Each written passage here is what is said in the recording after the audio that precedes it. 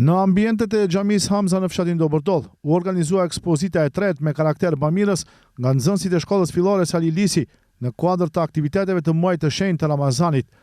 Aktiviteti u realizua në mbikëqyrjen e mësimdhënësit të artit Denis Saliti, ndërsa në ekspozitë u prezantua rreth 100 punime artistike të nxënësve. Nxënësit organizatorë theksuan se qëllimi i kësaj nisme është humanitar. Ekspozita e tretë me karakter bëmirës e realizuar nga nxënësit e shkollës fillore Sali Lisi në kuadër të aktiviteteve të muajit të shenjtë të Ramazanit në Xhamin Hamza, fshati Dobërdoll në mbikëqyrjen e profit Denis Haliti. Me këtë aktivitet gjatë muajit të shenjtë të Ramazanit kemi për qëllim që të bëjmë një vepër humane dhe përfitimet e këtij projekti shkojnë për shoqet dhe shokët tonë me nevojë dhe jetimeve. Ndërkaq mësimdhënësi Denis Haliti i bëri të ditur se ideja për këtë ekspozitë ka lindur para 3 vitesh me synimin që përmes artit të ndihmohen familjet në nevojë. Në këtë aktivitet marrin pjesë nxënës nga klasa e 6 deri në të 9-ën, ndërsa në organizim kontribuojnë edhe ish nxënës të shkollës. Para 3 vitesh na lindi si ide që të marrim iniciativë të kryejmë ekspozitë për nxënësve dhe me të cilën ne të mundohemi të ndihmojmë nxënësit tjerë edhe njerëzit në nevojë. Pra lindi si ide spontanisht dhe sot është viti i tretë që kremtojmë çdo Ramazan përkrahemi nga bashkëfshatarët edhe nga imamët e Xhamis Hamza. Profesori dhe magjistri i artit dhe arkitekturës Ferhat Neziri vlerësoi lart nivelin artistik të punimeve, duke theksuar se në ekspozitë vëret një kaligrafi e veçantë dhe njohje e mirë e kulturës orientale.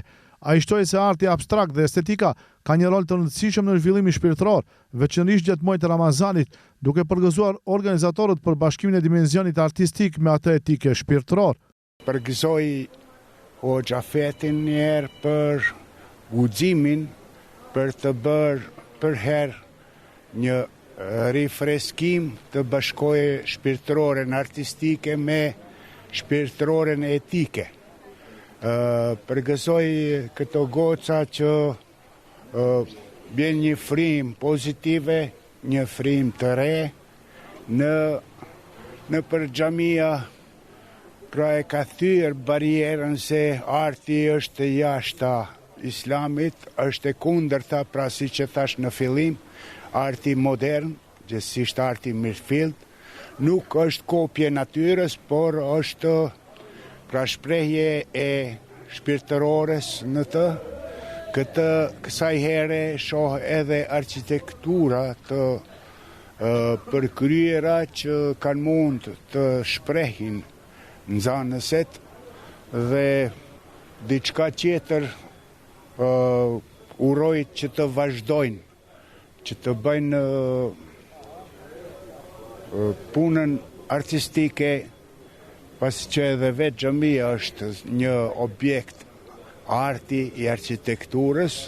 Ne krenohemi me xhamin e larme, por dhe kjo xhami siç është e çfaqur këtu, është mbreslënëse.